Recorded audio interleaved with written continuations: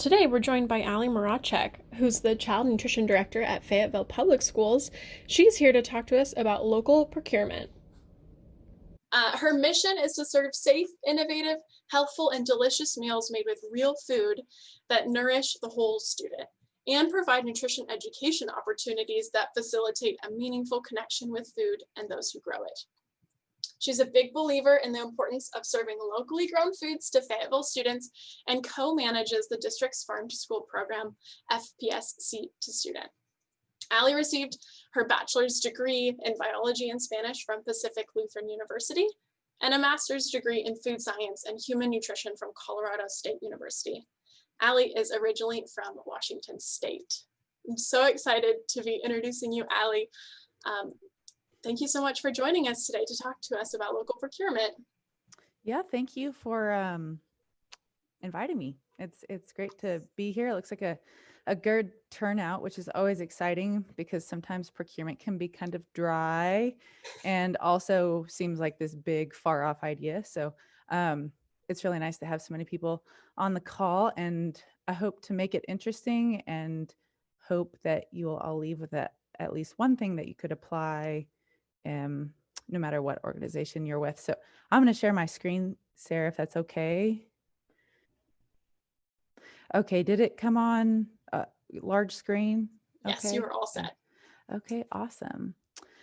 Well, Sarah read our mission for our department in the introduction, but I think that it's important to have a mission statement or some sort of guiding statement for your department or your organization, because it can help you make decisions. And as you can see with our mission statement, it ties directly to farm to school, the why we do it, and why we'll continue to do it, and why we've built structures for farm to school, whether it's in the garden, in the cafeteria, or in the classroom. So what I mostly want to talk about today is the how, and really get into some details. I'll provide kind of a general overview, but I really think when people, attend procurement trainings, they want to know how do you do this thing? So we'll get right into that. Just a little bit about the child nutrition department. We have 16 schools, and one of them is a virtual academy, and we have about 87 staff on hand. And these details are pre-COVID numbers. So just to give you an idea of generally what our department is like. We serve about 2,100 breakfasts and 4,700 lunches daily. And then we have a small after school snack program that's tied to educational activities. Normally, our free and reduced percentage is about 38%. So it's a little lower than other districts in the region, but you can have any sort of free and reduced percentage in your district and still do farm to school. It looks different for every district, and it doesn't matter. That percentage doesn't matter at all. Sometimes it can actually help you qualify for more grants. So sometimes I wish our free and reduced rate was a little higher. Below are just some of the meal programs that we offer. And, from breakfast, lunch, and summer program, we have a food truck. We serve pre-K. We have a small catering program. And most recently, we have developed our COVID emergency meal packs for kids doing virtual school or anyone in the community 0 to 18 years of age. As far as seed to student, when you're looking at these slides and hearing some of these things, you might think, whoa, that is just more than I am willing to take on right now. But I just want to tell you that it's taken us 13 years to get here. So it's not like we just unrolled this big procurement program and that's how you should do it too. We started 3 or 4 directors ago with some small purchases at the farmers market, and that was farm to school for us. So, and over the years, we've slowly and systematically, with many partners and lots of grant funds, developed a pretty robust district-wide program. So right now, our leadership is child nutrition, and then my counterpart is Sim Barrow, who is in the Office of Teaching and Learning, which is our curriculum department, which I think is just such a wonderful leadership, because then we've got the food and the cafeterias, and then we have the gardens and the classroom with teaching and learning, and we can collaborate on things. We have 13 school gardens of our 15 brick and mortar schools. We do things like hands-on learning happens in those gardens, and also in our monthly cafeteria taste test with Harvest of the Month, and then our National Farm to School Month local harvest lunch, where we source as much locally on the tray, and we normally invite guests to attend. And this was our 10th annual local harvest lunch, and we couldn't invite guests, but we did a pretty cool social media campaign to kind of take a look at the last 10 years and kind of talk about some of our partners and some of our programs, our piloting that we have done to grow. So if you're curious about that, I'll share my social media handles with you, and you can look through about, how we started and how we've grown over the years. As far as local procurement, most of it is direct from the farmer. So I'm not working with a distributor or any sort of co-ops right now, but that doesn't mean we wouldn't do it. It just, we just have built some great relationships over the years, and our distributors are getting more on board with offering local items. But right now we do mostly direct. So quite a bit of direct to the farmer, meaning that, more of that food dollar goes back to the grower, which I really like. But I also understand that, we're probably a mid to large size district in Arkansas, but larger districts probably are going to have to work with a distributor, and they just need to put pressure on their distributor to carry more local. And the more they're asking for it, the more they will start to, bring those things in, or maybe work specifically with growers just for you. So, and then we have community outreach that's really important to us, not only educating the student, but parents, with our marketing and, how we advertise our program and our menus and our meals, and then some training support for our farmers, helping them get used to institutional markets. And, we've really been working on this since 2007, way before my time. And so we've really been able to, stand on the shoulders of the farm to school generation before to keep expanding our program. So there are lots of whys if you're wondering why you might do this. It's not only great for students and the community and farmers, like Sarah mentioned, and I won't go into all of those details, but it's also really great for child nutrition programs because it's my marketing program. Like, it's how I tell our story, and it gives me things to say that are really positive.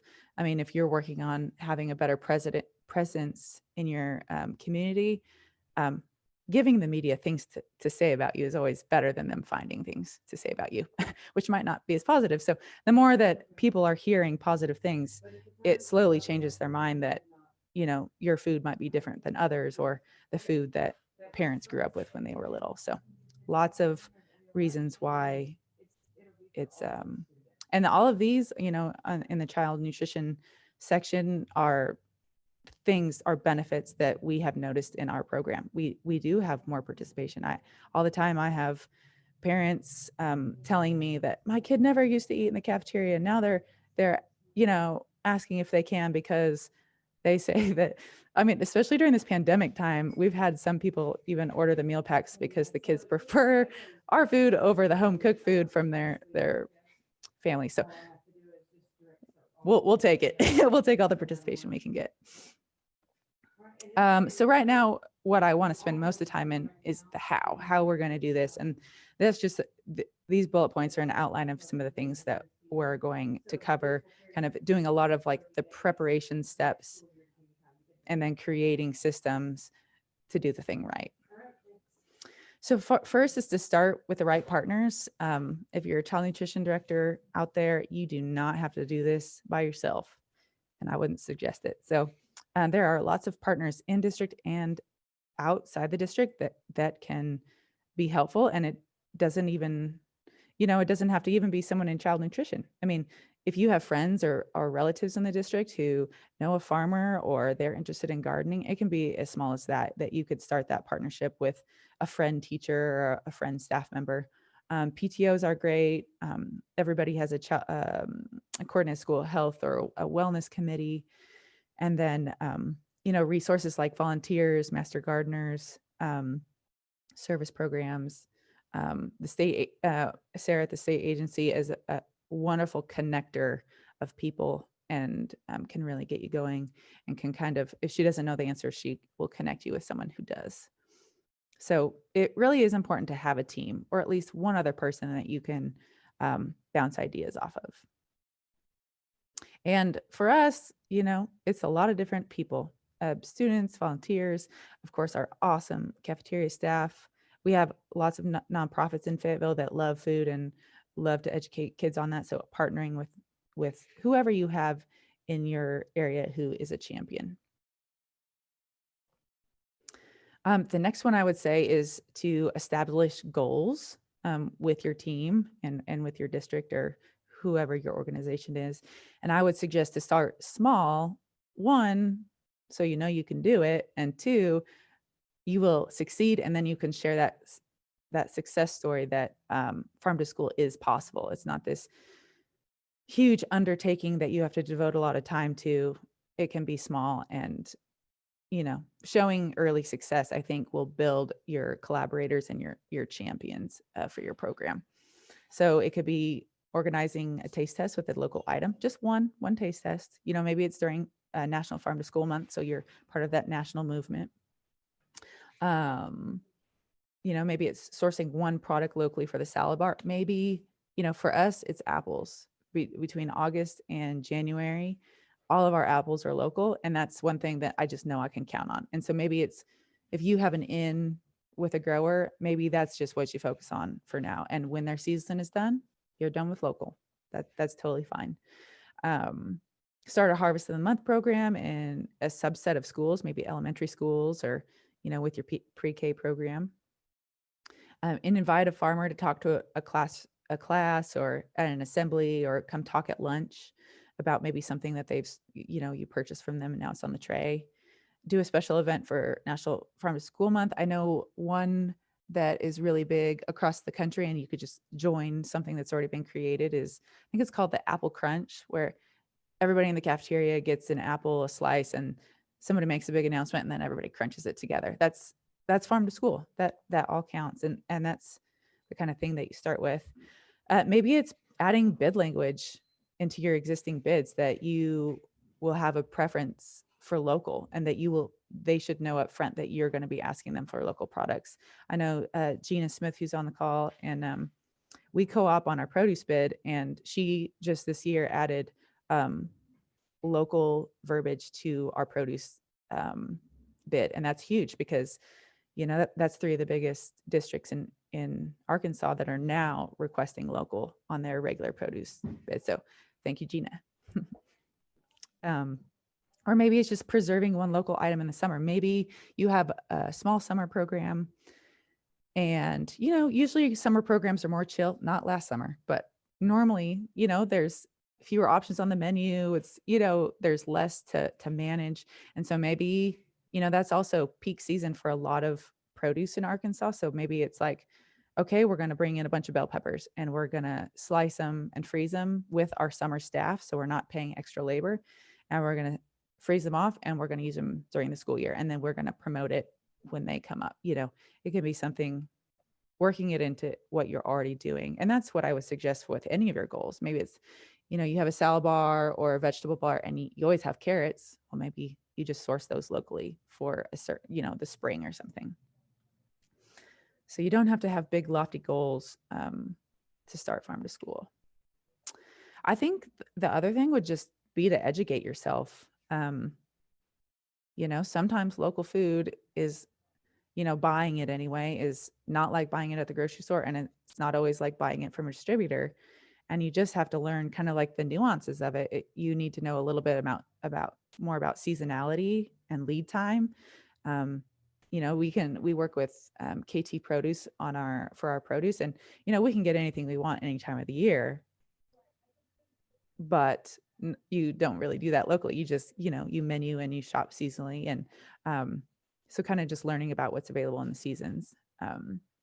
And one way to do that would just be going to the farmer's market, and just going consistently as the seasons change to see what pops up. Let's see, learning a little bit more about growing practices. That can be really interesting and a fun thing to share in the classroom. So we have a hydroponic lettuce grower that loves to talk to kids about that and have field trips, pre-COVID field trips out there. So maybe there's something that can set them apart that can kind of pique people's interest and then bring them to your program.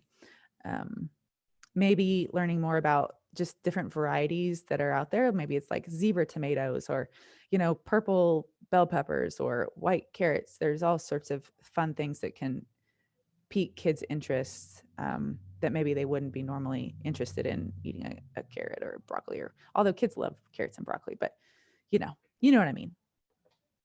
How to handle and store things. So for example, strawberries from my main produce distributor, especially depending on the year, they're going to sit there for a while and probably not even change, probably because they were harvested to, before they were fully mature, so they could be transported from California. But, when I'm buying local strawberries, those are going on the menu the next day, and I need to use them for the next 2 or 3 days until they're gone, because they're not going to last through a weekend into the next week. So just educating yourself on some of this stuff. And that's as easy as just asking the farmer. They will love to talk your ear off about their products. Let me tell you. And if you don't know how to cook it, ask the farmer. Usually they've got some ideas up their sleeves. And then of course, talk to other school districts. I'm more than happy to talk to anybody on this call. But I'm not the only one doing this. So I know there are a lot of other farm to school programs in this state that maybe that district looks a little bit more like yours and you want to reach out to them. So educate yourself. Excuse me. Next will be identifying the products. So finding the right product can really determine a lot of your success. So these are some ways that you might find the right product to get started with, or expand more, past what you're already doing. So first is, if you know the grower, ask them what they're the best at growing and when it's available. And then, you'll have, a more consistent crop because they know how to grow it and they grow it well. And they've already got other markets purchasing it. The other thing is know what you want. Setting specifications, either just by talking with them, if it's like informal bidding, or writing it into your bid specifications, which I'll talk about in a second. Also, crop planning and menu planning, it's really cool, but it goes together. And I do a lot of my menu planning based on seasonality and my conversations with growers. So, talk to them about when it's coming on. They might ask you when you want it, which is pretty cool. And then they can plant it to be, depending on what the product is. Student familiarity, maybe don't start with turnips. Maybe start with strawberries, apples, things you're already using, kids will love. So it's like a big hype when you present it. They aren't like, I have allergies to that, I can't eat it. They're like, yeah, of course, I love strawberries, Also, make sure that your staff knows how to prepare it, and either pick something that doesn't require a lot of prep, or they already know how to prep the thing. It's just now local. But it's also an opportunity to develop new recipes and train staff on techniques that you've wanted to train them on anyway, or even purchasing equipment. Usually you could do a lot with a knife though. Shelf life, maybe start with something that's frozen, or it can be stored in your dry storage like sweet potatoes, or frozen like ground beef, or shelf stable like rice. And all of those items I just mentioned, we have a lot in this area. So you could source enough to consistently menu it if you wanted to. Realistic pricing. I would say you'll have a conversation about pricing with your grower, whether it's, informally talking on the phone or via email, or if it's a formal bid process. But I would say, if you're going to buy something, make sure it's a price that you could consistently afford. And if you can't be upfront that I will buy it at this price right now, but this is not going to be something that's realistic for me to buy from you for a long period of time. We've lost growers over pricing, because in the early days we're like, you deserve $6 a pound for those snap peas. And then if you were to expand your program, that is no longer a realistic price for your child nutrition department. So make sure you're thinking about price now and what it would mean down the line, because that would also decide if, farm to school is going to be a good fit for that grower. If they think they're going to be getting $6 a pound pretty consistently, oh boy, they might divert more of their crop. But if that's not going to be realistic, they might step back a little bit, and that's okay. It has to be right for the farmer's budget and farm plan as well. Put pressures on distributors to find local product for you. I just think like the more and more you ask, the more will become normalized. And then also they will start just, this came across my desk and I saw it and I thought you would like it. That eventually will come to be because, they're salespeople. They want to sell more. So if they see something that they know you might want, they might bring it to your attention. And then farmers markets, even if the vendors there maybe are interested, the farmers market managers really have a good pulse on kind of the farming landscape in that area and might be able to connect you with someone who doesn't even sell at the market.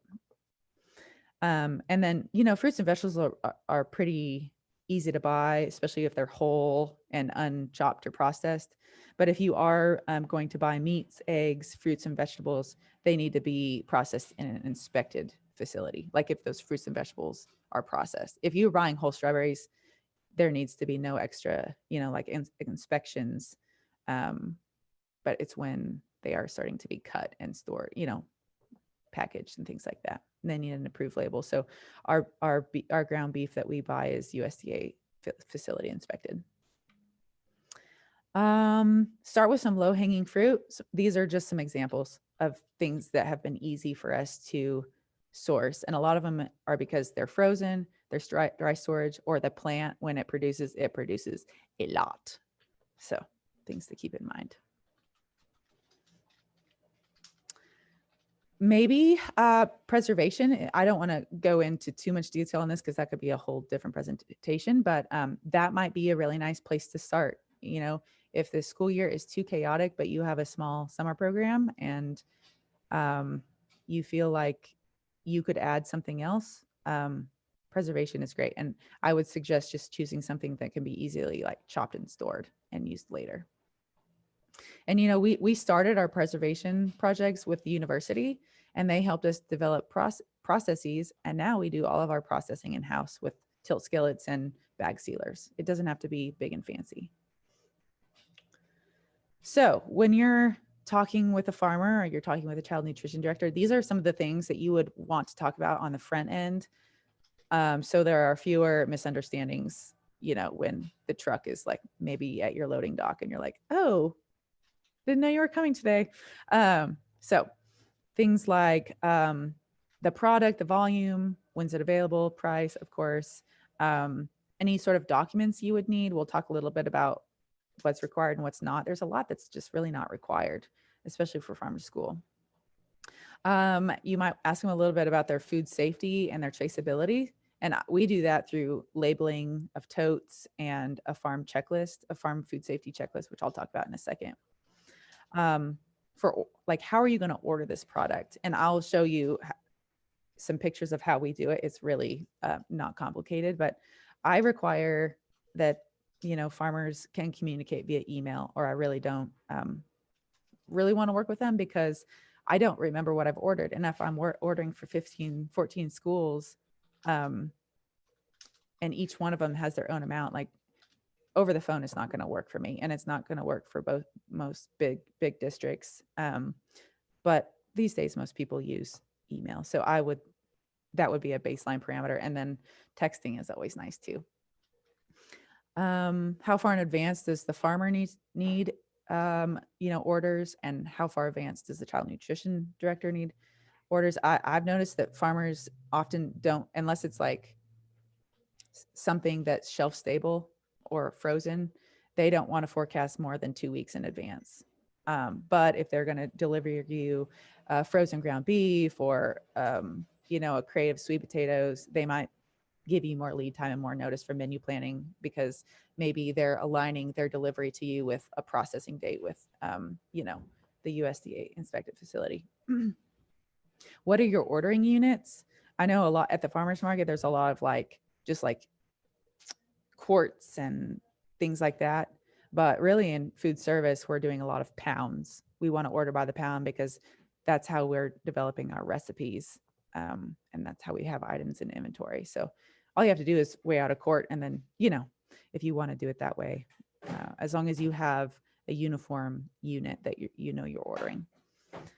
Is there a minimum order? Does the grower have an order, like a dollar amount or a poundage that would make it worth their trip? Because it's likely that a school is not going to come out to the farm and get something and bring it back. So there's going to have to be a delivery by the farmer or some kind of co-op.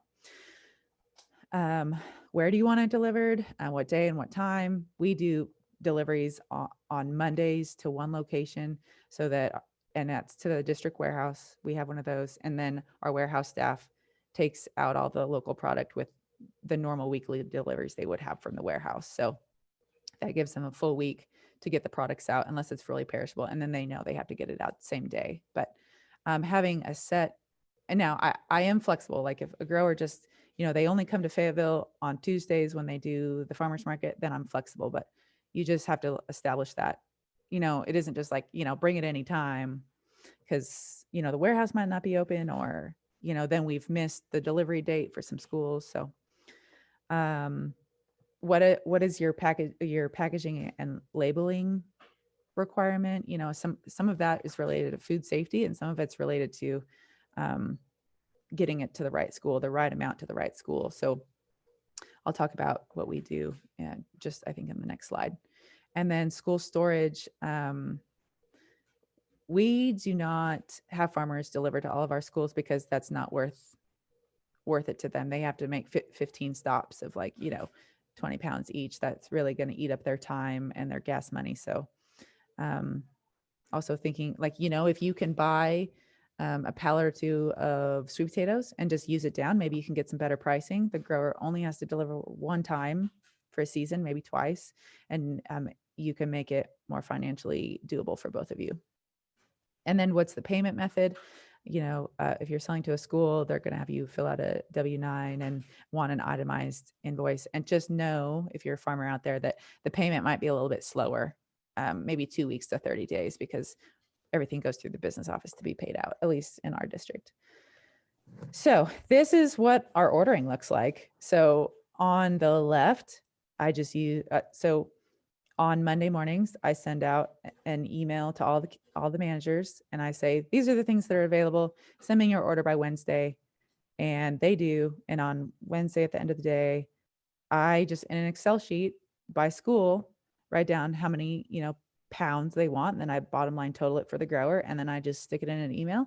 And on Wednesday or Thursday, I send it to the grower, and then it comes the following Monday. So this is not really fancy. It's simple, it works. And then also, because that's an Excel file, we also have inventory tracking system. We have software, but if you're a smaller district, that Excel sheet is also tracking all the local that you've purchased. And now that we report that annually with Sarah's and the Arkansas Department of Ag's reporting, you are collecting that data for that report that you'll need. Also for bidding, deciding what sort of threshold that you need to be in, some of that tracking will be helpful. Oh, wow, I'm getting kind of close to that threshold. Next year, I really need to do this type of bidding for these products. So it's easy. Just letting them know when, where, and how much to deliver. So these are pictures of, on the left, we have our invoice. We've created this invoice. If a grower doesn't have their own invoicing book, or they can use this, but also they can use whatever they want. As long as we get the baseline details and they're in our vendor system, we'll get them paid. We'll submit the invoice. The tote on the top are the totes that we let growers use, and they pick them up, fill the order, and then they bring them back full with the order, and then pick up another set of empty totes. If they are trying to be competitive with pricing, but boxes and cases are really expensive, they can borrow ours. And there's just a sanitizing protocol. And we bought a bunch with grant money, and that was 8 years ago, and we still have them. Some of them we've bored holes into so that the produce has some breathability. Some products like a little more breathing room, and So we just made them work for us. And then that little label on the bottom is what we tape onto those totes or onto like the Apple cases, like the cardboard cases. And that's our traceability. It's really easy. It's got the farm name, what it is, when it was harvested, how much it is, and what school it goes to. So our warehouse knows where to take it. So they're not filling orders. They're just, the farmer packages it how we need it, and then the warehouse takes it from there. We're kind of spreading out the duties. So here's some things you don't have to do, but we do them, and we develop these over the years, over the course of 12 or 13 years. So one thing we have, I don't have a picture of it, but our program guidelines, and and I can share these documents with you guys if you need them, but it's just an understanding of what our program is and, what a grower can depend on and what we expect. And just the more communication up front will help growers decide if it's a good program for them. And in the beginning, you might not even have this because you might be doing the kind of bidding and relationship building where you're just calling for a price. Okay, that's good. Can you deliver next week? And because you're purchasing so little. But I think as your program gets bigger, you might want to formalize it so there are expectations. The USDA requires that we work with responsible and responsive vendors. And that just means people who do what they say they're going to do when they say they're going to do it. They're responsible. They're easy to work with. They have good customer service. They bill you correctly. And, if there's ever a problem with a grower, which we have never had a problem, that can be one place where you say, I need to end this relationship because the USDA requires this. Traceability, our labeling and tote method is kind of our traceability. And then this farm checklist that I'm going to talk about. We do require that farmers have liability insurance, and that is to protect the grower. If there was ever a food safety, like a foodborne illness outbreak related to something, that is to protect the farmer and their business. So for fruit and vegetable growers, we expect a $250,000 policy, and for meat and value added, it's $1 million. And that's not how much like they're spending; it's the coverage of the policy. I'm sure you all know that, but it's a big number, so sometimes it alarms people. We also, if somebody has to wash their produce before they send it to us, which not all products need to be washed before they're, post harvest. But if you're buying a product that needs to be washed post harvest and it's not from city water, I would suggest an E. coli test to make sure they're not the water that they're washing with right before it gets to your kitchen, even though they're going to wash it again, it's safe. You're not introducing anything into your kitchen. And we actually, from these tests, we have found a grower that had to shock his system. So, and they were a farmer's market grower. So we were also passing on the food safety protection to those other consumers. Educational programming, that's also a bonus if they want to come to the school or do a farm visit. That can really enhance the learning and also reinforce curriculum. So the farm checklist and visit that we do that with all of our growers. And it's just a really nice time to collect their story, go over some of their farming practices, take some awesome pictures so you can turn those into promotional materials in your cafeteria. We kind of do this all at once. They sign some documents, and this is what it looks like. It's kind of blurry, but we adapted it from Arkansas Research and Extension. They developed this checklist for Arkansas Voluntary Farm Self-Assessment. So this is a voluntary self-assessment that a grower could do. And what I really like about it is that I think originally Iowa might have developed something like this, and then keeps getting adapted. But Arkansas added a sustainability portion, which I really like. And, if there's something that, they're like, no, I don't do that, or I found some contamination, that's a really great time to address it instead of, dealing with a foodborne illness in your cafeterias. So it's really easy breezy. And it also builds some credibility in your program that you're taking this seriously and you want to, I think farmers value that and respect that as well. So bidding, some of you might this is why you tuned in today. This is not big and scary. it can seem big and scary because there's lots of zeros, but it doesn't have to be scary. And probably you're going to start in the micro purchasing threshold or the informal, which is really easy because there's no sealed advertised bids. It's not like type secret and following all these crazy parameters. There's just things that you document. You just write them down or you keep them in a file, and that is your documentation for the state. So there are monetary thresholds, and they are per grower per bid term. So this threshold for David Dickey and his sweet potatoes, that's one. And then I have a different vendor, and that can follow the same thresholds. It isn't all of my local products combined meeting these thresholds, or all these growers together. It's and it's probably that grower and all of his or her products for a bid term. And for schools, it's usually a year, but it doesn't have to be. It could be for spring semester. This is these are the things I'm trying to find, and this is my bid term. You can really set it for whatever you want, but for ease, so I only have to do this once a year, I set it for a school year or 12 months. So the micro purchasing threshold is $10,000 or less per grower per year, I'll say. And you basically just buy it and record that you bought it, and as long as in that year, even if you've made multiple purchases, as long as it's under $10,000, you only need to do micro purchasing. Now, I would say if you have multiple growers that sell one product, you might still collect price quotes so that you can get the most competitive pricing, because we're really on a budget in child nutrition. So you might just do that for your own financial stewardship, but really you can just buy it.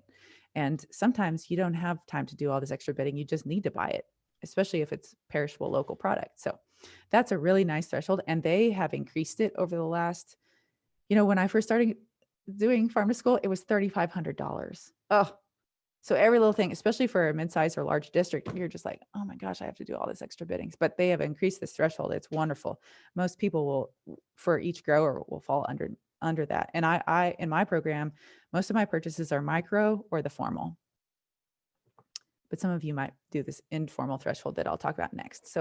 So per grower per year, if you're going to buy between 10,000 and 20,910, you just do 3 bids in a buy is what they call it. You just call up 3 people. One of the bids can be from the grocery store, even, as long as you're comparing apples to apples, and you just write it down. I'll show you the form that I use for informal bidding, and you've done it.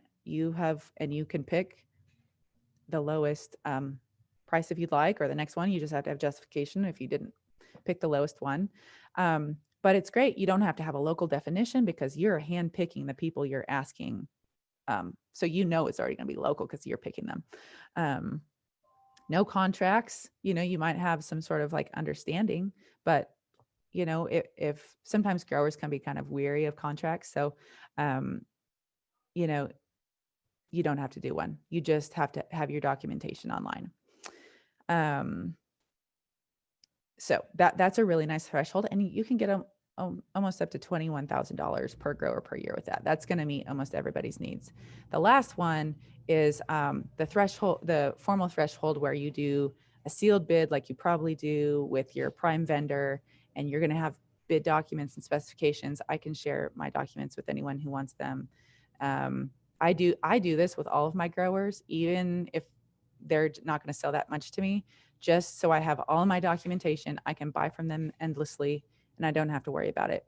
So when you're deciding, well, what kind of bidding should I do? You should think about your menus and forecasting how much you think you'll use. And it's okay to preemptively ask for some pricing and then extrapolate what threshold that would put you into, and then you can decide. And I would always say, err on the side of the bigger threshold, so that if you really go for it with purchasing, at least you've this will not be a compliance issue.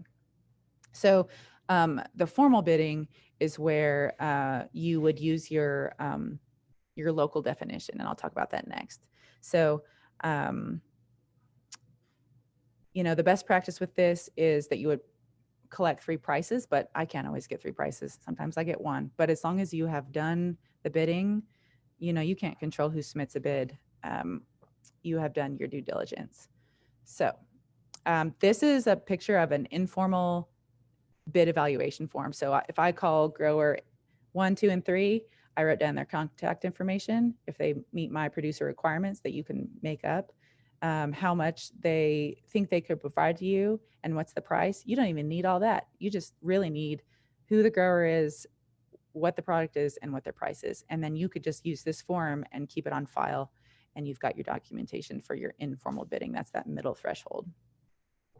For formal and defining local, you would do that because it helps you give preference to a local grower over a non-local. It helps you say yes or no. So, if I wanted to, Tyson could be local, but I don't consider them farm to school products or local. And so in my definition, I can, by definition in my program, they are not local. And I can say, no, sorry, you're not a farm to school product. And it helps you set a threshold. It also helps with promotion. Like you can say, Fayetteville Public Schools defines local as blah, blah, blah, blah, blah. And you can share that with your community. So how you define local can depend on what product you're buying. You might have a smaller radius for beef and a bigger one for sweet potatoes, just to make sure you have enough growers that are participating. And in Fayetteville, we have like a 2-tier definition. They receive more preference points if they're Arkansas grown, so within state lines, and that's to keep the taxpayer dollars local in the state economy. Tier 2, and they receive preference but a little bit less during bidding, is within 100 miles of the district warehouse, because we're in Northwest Arkansas. And so Oklahoma and Missouri are close. And I know we're almost out of time, but so I'm almost done here. These are pictures of our bid specifications for the formal bidding. So you can see I have an apple and what I expect for the sizing and the quality of the apple. Beets, I want them without tops, which is a difference in weight, so if I don't want to pay for tops if I'm not going to use them, you know what I mean? And so in this bid document, I have outlined the poundage I'll need per week, and then they put in how much of that they think they can provide and what their price per pound would be, if they have a minimum order that they would require for that product, and how fresh it is. And this freshness is another way that you can do preference and decide on local. It's like, oh, well, California apple, it would take, a week to get to me, and maybe it's from last year's harvest, but I know this one was harvested, last week, so it's fresher, and that's what I want. So this is my evaluation form for my formal bidding, that sealed higher threshold. And I just go through everybody's bids, and, this would be for apples, and I write in the names of farmer A, B, and C. I have preference points written in that would make them more competitive against other growers or non-local for history of service. My local definition, which is that geographic preference, if they can meet more of the weekly quantity than another grower, if it's available for a longer part of the season, and then if they use any sustainability practices. So really, I'm creating these preference percentages for what I want to see in the cafeterias. And, then those preference points adjust the price that they've quoted for like the bid comparison. So maybe it'll drop it down 20 cents per pound or 5 cents per pound. And so maybe they've won, but then in the end, you pay them their price that they quoted, not that adjusted price. And then I just keep this on file for my procurement review with the state. So I won't go too much into this, but this presentation will be shared. And these are just some ideas of how to set pricing and how to know if something's realistic for your food service program. I usually devote about 30 cents to my fruits and vegetables. So thinking about that when you're thinking about price per pound can help you decide if you can afford something. It's really important to evaluate your program and get feedback from your growers and your constituents, so you can have a program that will be sustainable and people will have long-term buy-in. And just make sure that you keep your documents on file for 5 years. and collecting documentation and data points can help you share your story, and just also make your bidding process better. Allie, that was so awesome. I'm so thankful that you're a leader in farm to school in the state, because you make it, first off, you remind everyone to start small. You know, it can just be one thing like a taste test, or one thing like joining into farm to school month, but then you, in a really easy and seamless way, explain if someone wants to do more, how they can buy in that micro purchase level, informal or formal. So your knowledge was awesome. Thank you for taking all the time that you took. And Sure. I'm happy to sit around for questions if people have them, or if you want to throw them in the chat box. Allie and I can work on it. Okay, first off, that was an awesome presentation. Thank you so much. Sure. So I had a comment and a question for you. Okay. And I'll just start with the comment because it's really quick. Okay. You mentioned post-harvest water quality testing just as kind of a food safety precaution. I would also ask the farmer what their water source is, if it's a well or if it's surface water. And you do not want surface water at all. Yeah, definitely. Post-harvest. Yeah. Most of our growers use municipal water. Yeah. I always have a hard time saying that, but yeah, you're right. You definitely, that's a good point. Yeah, that's great that they can use municipal. We definitely like that better. Yeah. But my question was on your spreadsheet with the apple purchases that you do with Van Zant's. So do they just kind of have a contract with you, or do you communicate with them at the beginning of the season and tell them, well, I think we're going to need X amount of apples, and then you place your order when the season's actually going? Or how do they know how much to plant? Yeah. So when I was showing that page near the end with the specifications, like when I was talking about like apples, the sizing that you want and the quality, about 2 columns over, there was an expected usage per week. And it was like 1,400 pounds or something. I could try to, that. Okay. This column where it says usage per week. And that's, you know, and then they can extrapolate between, you know, August and January, you know, how many apples that is, you know, or how many pounds or what, you know, and then they can determine like what their inputs are and what they need to charge based on that. Now, I do tell them that's not like a guarantee, but it's based on like years of purchasing like from non-local sources, or it's based on, you know, previous local purchasing. So that helps them decide how much. And if they can't provide it all, in one of the other columns, they'll tell me, or the one right next to it, they'll tell me how much of that they think they could meet. Okay, so they get this document from you before they plant or anything like that to try to plan for the year. Is that right?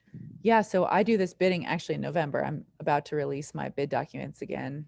And then the bid closes in December, and then it's for purchasing from January to the following December, except for tree fruit, which this is an old picture because I've taken out tree fruit. So like apples and peaches and nectarines, that's a different bid because my grower said, well, my bloom hasn't set in January. So I don't know what kind of crop I'm going to have, and I don't know what kind of price I could bid on. So normally, but for most like annual crops, we do it before they're even buying seed so they can plan accordingly.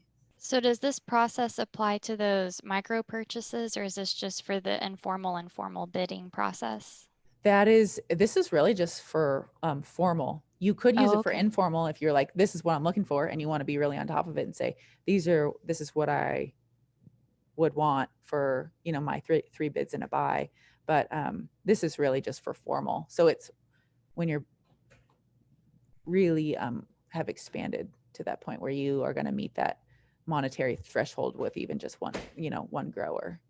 Okay, I was thinking for micro purchases, we have a lot of smaller produce farms. So I was just trying to figure out how would they be able to kind of plan to sell to you, but if they're under that $10,000 threshold.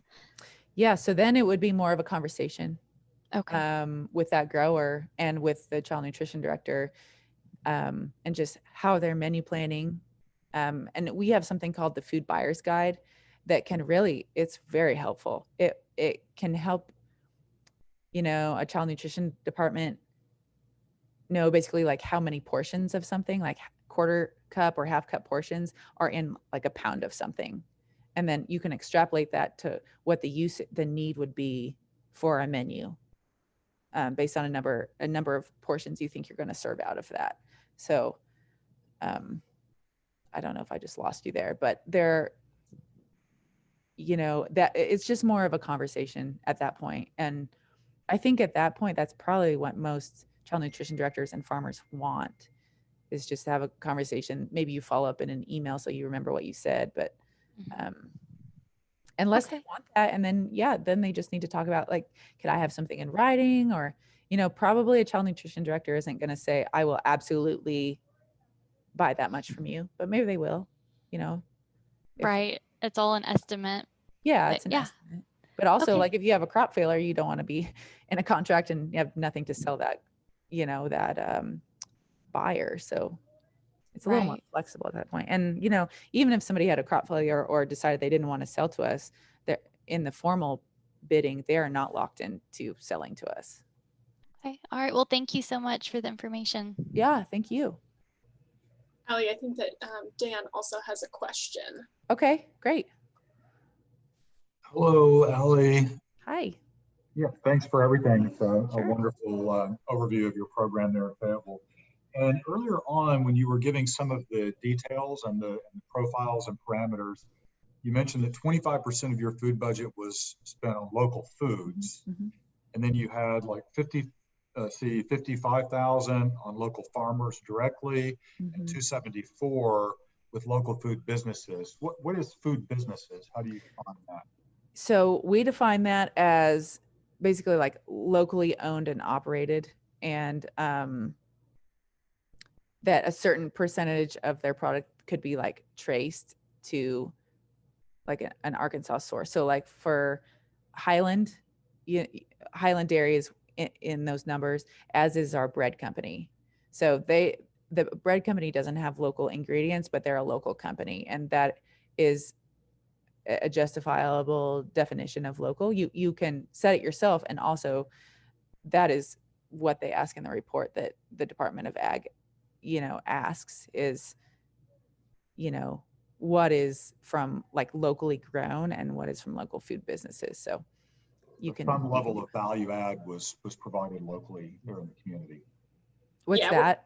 We're looking at like packaged and processed as that local food business piece that Allie's mentioning. So thank you. Allie, you've had some other fun ones, like did you have like popsicles one time or something? We did local popsicles from Pedal Pops. Yeah. And not necessarily local ingredients, but a very local company. And you can call that, that's more, it's not necessarily like farm to school, but it's local procurement. And it's locally processed because they make the popsicles. So Thank you. That it does help our numbers look a lot better. But even if we didn't have that, we still have a portion of the milk that came from Arkansas cows, and then we have all of our direct sales. But it's all local procurement, stimulating the local state economy. Our tax dollars are staying in the local economy, so I feel like it's okay to count those those numbers. So Allie, again, thank you so much for an incredible presentation.